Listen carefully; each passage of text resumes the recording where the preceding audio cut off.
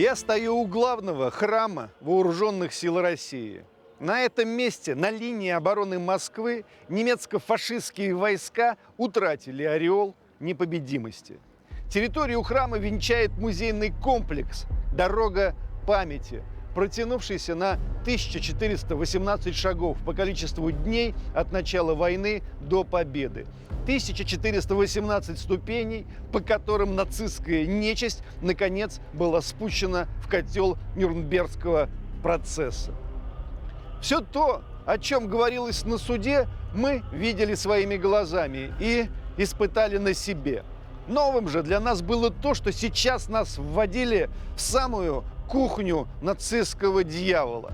Показывали, как кучка международных преступников и разбойников, опьяненная своими кровавыми успехами, хладнокровно планировала не только расчленение нашей Родины, не только ограбление ее народов, но и физическое их истребление. Так писал о том, что происходило в Нюрнберге, писатель и фронтовик Борис Полевой.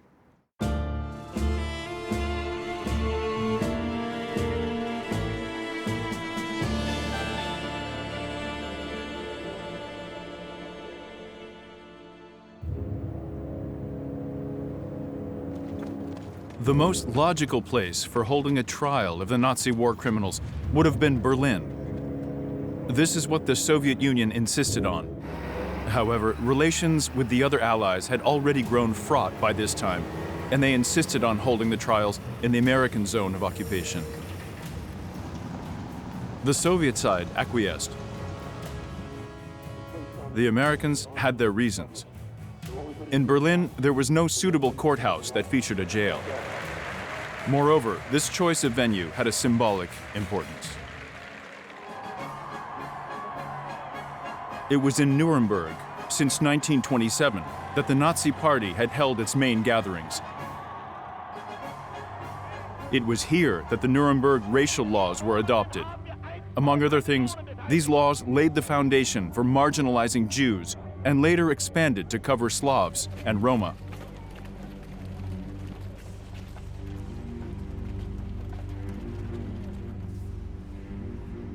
The unique feature of the Nuremberg trials lay in the fact that this was the first such case in global jurisprudence. Before then, international military tribunals were practically unheard of. The chief prosecutor on the Soviet side was Lieutenant General Roman Rudenko, then Prosecutor General for the Ukrainian Soviet Socialist Republic, and later Prosecutor General of the USSR. Впервые в истории человечества правосудие сталкивается с преступлениями такого масштаба, вызвавшими такие тяжелые последствия. Впервые перед судом предстали преступники, завладевшие целым государством, и самое государство, сделавшее орудием своих чудовищных преступлений. The Nuremberg trials were set up according to the standards of international law. On the Soviet side, they were overseen by Andrei Vyshinsky. Yes, the very same prosecutor who had been present at the Stalinist show trials in the 1930s. He was, however, a prominent legal mind, one recognized around the world. Today, it is occasionally claimed that Stalin was against the Nuremberg trials, that these trials were an American effort. Hogwash. It was the Soviet Union which, already on October 14, 1941, first proposed setting up an international trial for the Nazi criminals. In fact, the Americans, with their famous, albeit peculiar tradition of democracy, were initially against any publicity. The Americans and British were inclined to think that executing the Nazis without a trial was preferable to an open military tribunal. Otherwise, the Nazis might suddenly reveal something they weren't supposed to. Roosevelt and Churchill even wrote a letter to Stalin suggesting that war criminals be executed on the basis of an administrative decision by the Allies without any trial or further ado. But when Churchill visited Moscow in October 1945, Stalin won him over. In fact, Churchill was so convinced that he did not even bother handing Stalin the letter. Stalin's arguments were overwhelming. But in bombed-out Nuremberg, it was not easy to lodge the Allies' delegations. While the USSR and France were expected to send groups of 25 people, the USA announced that its representation would involve a whole 600 people who required comfortable conditions. Thus, the Americans' chief prosecutor, Robert Jackson, settled down in a huge mansion with a tennis court. He rode around in Hitler's armored limousine. Our delegation had considerably more modest demands. The International Military Tribunal, which had been set up as a partnership between the Soviet, US, British, and French governments, and then joined by another 19 countries, first convened on November 20th, 1945, to consider the cases of the major Nazi war criminals. We will show them to be living symbols of racial hatred. Это живые символы расовой ненависти, террора и насилия, преступности и жестокости власти. Они заставили страдать поколения в Европе, лишая Европу ее цвета, истребляя мужчин и превращая жизнь народов в трагедию. Hermann Goering, the Nazis' number 2 man, commander of the Luftwaffe.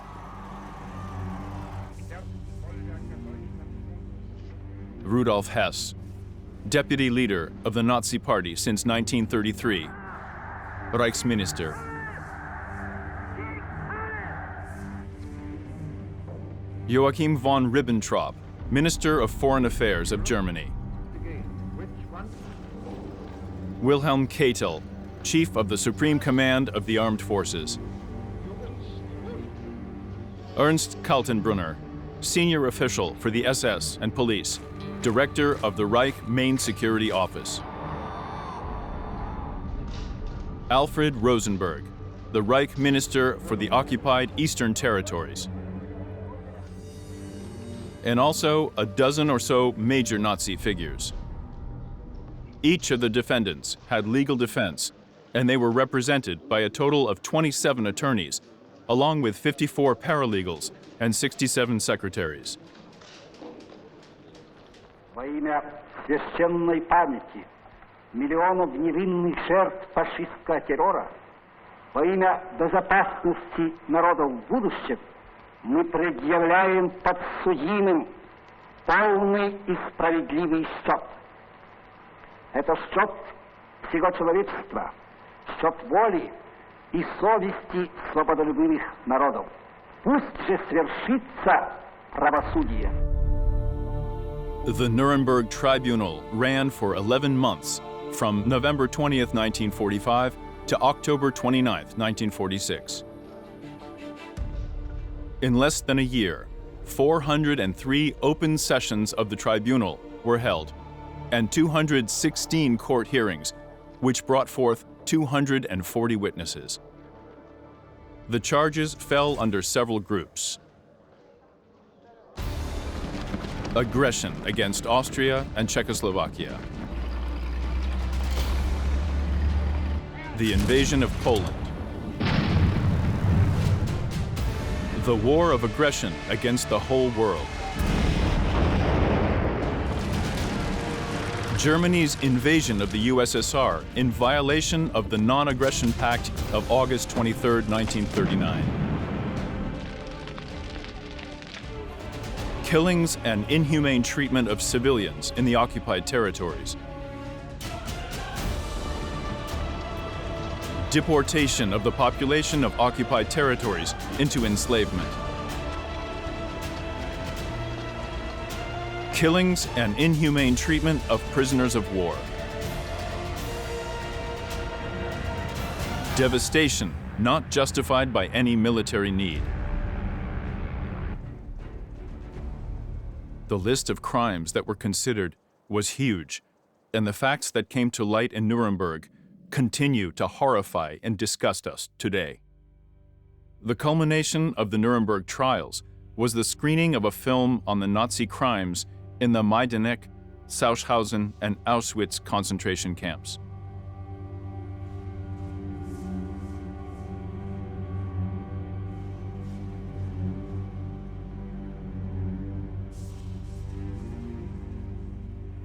As correspondent Ilya Ehrenberg recalled, when the film about the camps was shown, Schock turned away from the screen.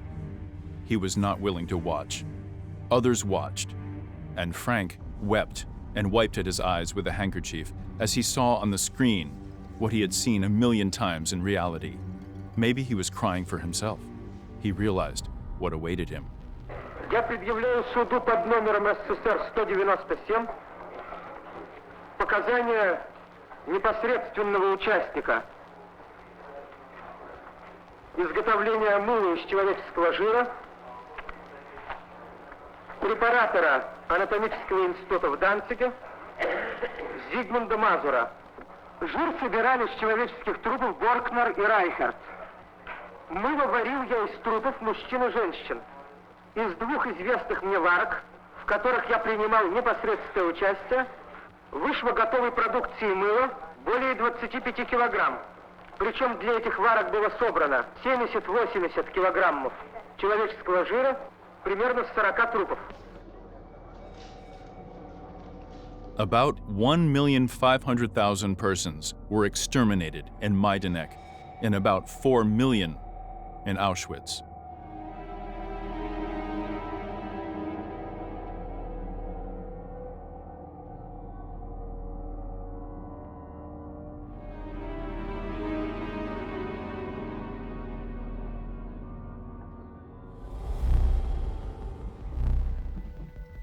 Another sensation was the testimony of Field Marshal Friedrich Paulus on Operation Barbarossa, the attack on the Soviet Union. Paulus had taken part in the drafting of these plans. Proof of plans for Operation Barbarossa, the deliberate, treacherous attack on the USSR, was the most important piece of evidence. По показаниям подсудимого Кейтеля, Гитлер собирался напасть на СССР в конце 1940 года. Это подтверждается и показаниями подсудимого Иодля, который на допросе показал, что планы нападения на СССР конкретно были разработаны в ноябре-декабре 1940 года. И в тот период времени им были даны первые директивы армии, морскому флоту и военно-воздушному флоту. From the indictment of the Nuremberg trials. From the first day of launching their attack on Soviet territory, the Nazi conspirators, in accordance with their detailed plans, began to carry out the destruction of cities, towns, and villages, the demolition of factories and collective farms, the robbery and barbaric devastation of the natural cultural institutions of the peoples of the USSR, the devastation of museums, schools, hospitals, churches, and historical monuments, the mass deportation of the Soviet citizens for slave labor to Germany,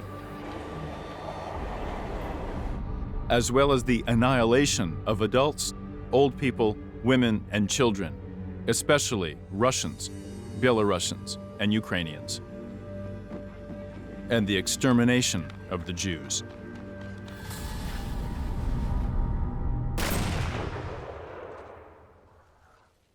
Перед вами пройдут десятки тысяч свидетелей.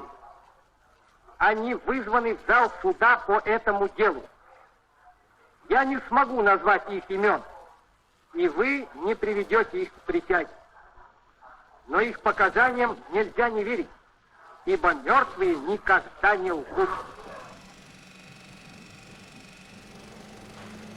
Город Ростов. Эти кадры засняты операторами Сологубовым, Поповым и Левитаном 29 ноября 1941 года. Вот замученная семья профессора Рождественского.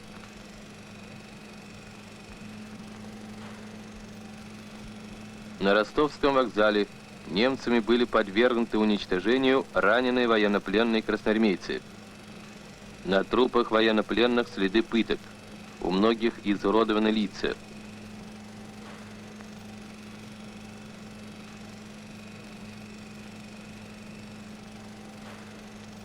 В целях сокрытия своих актов истребления военнопленных немцы подвергали трупы сожжению. На улицах, внутри сараев и разрушенных жилищ обнаружены трупы сожженных красноармейцев. Многие семьи жителей были выгнаны из домов и убиты. На этом пустыре, отдаленном от города, было истреблено 7000 граждан Керчи.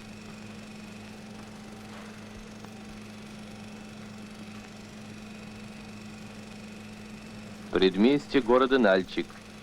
В этом противотанковом рву обнаружено более 600 трупов замученных и расстрелянных мирных жителей Нальчика и близлежащих районов.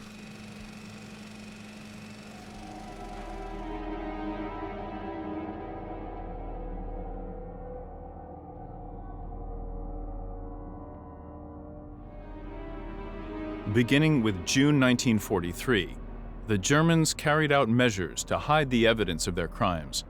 They exhumed and burned corpses. They crushed the bones with machines and used them for fertilizer.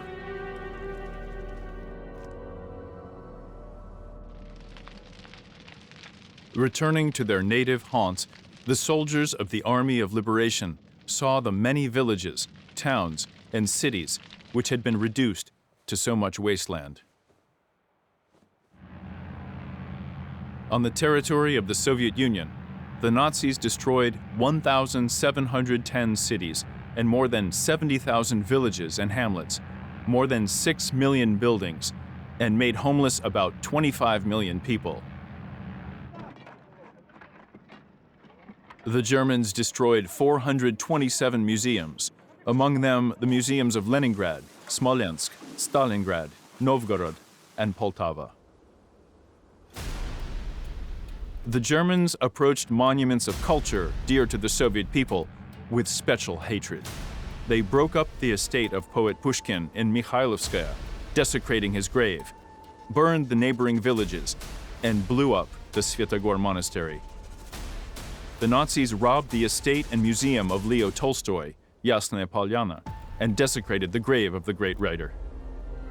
Рядом с могилой Льва Толстого они осмелились закопать вшивые трупы своих мародеров и висельников.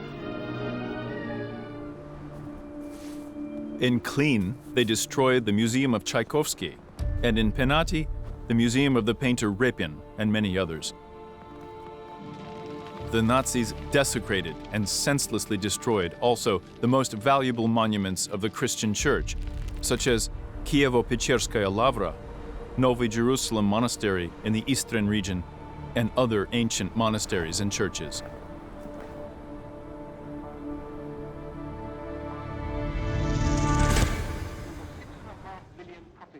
All these monstrous crimes had a definite system of their own. There was uniformity in the murder methods. One and the same system prevailed in the construction of the gas chambers. The ovens of the crematories were built on the same typical lines, and one plan extended over all the camps of destruction. All this indicates one sole and evil will, uniting all the individual assassins and executioners. It was also evident that the death factories brought into existence an entire series of auxiliary industries. Это очки убитых.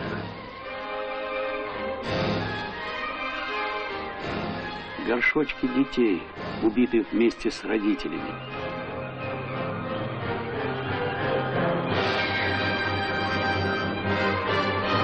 Перед казнью женщин стригли. Волосы педантично взвешивались, упаковывались, отправлялись в Германию, перерабатывались в канаты для кораблей, шли на матрацы. The atmosphere in the courtroom occasionally overheated with suspense. Выступая на этом суде от имени народов Союза Советских Социалистических Республик, я считаю полностью доказанным все обвинения, предъявленные подсудимым. Во имя памяти миллионов невинных людей, загубленных бандой преступников во имя счастья и мирного труда будущих поколений, я призываю суд вынести всем без исключения подсудимым высшую меру наказания – смертную казнь.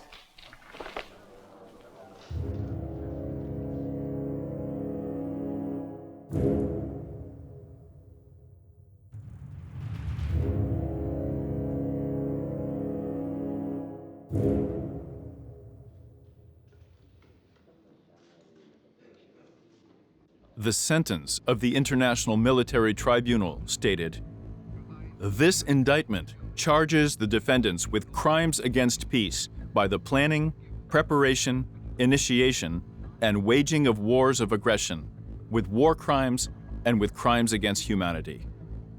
The defendants are also charged with participating in the formulation or execution of a common plan or conspiracy to commit all these crimes. 12 Nazi criminals, Goering, Ribbentrop, Keitel, Rosenberg, Kaltenbrunner, Jodl, Frank, Frick, Zaukel, Streicher, Seyss-Inquart, and in absentia Bormann, were sentenced to death by hanging."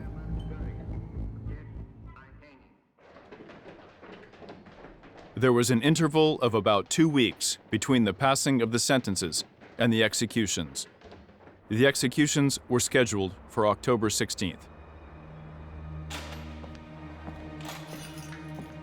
3 hours before his execution, Hermann Goering managed to commit suicide by means of a cyanide capsule. Where did he get that from?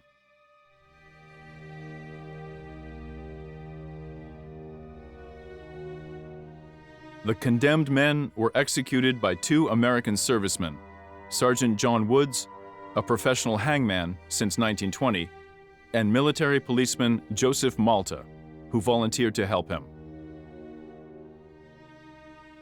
Russian people did not take part in these executions. It was enough that we had defeated fascism. Not alone, but we had broken its back.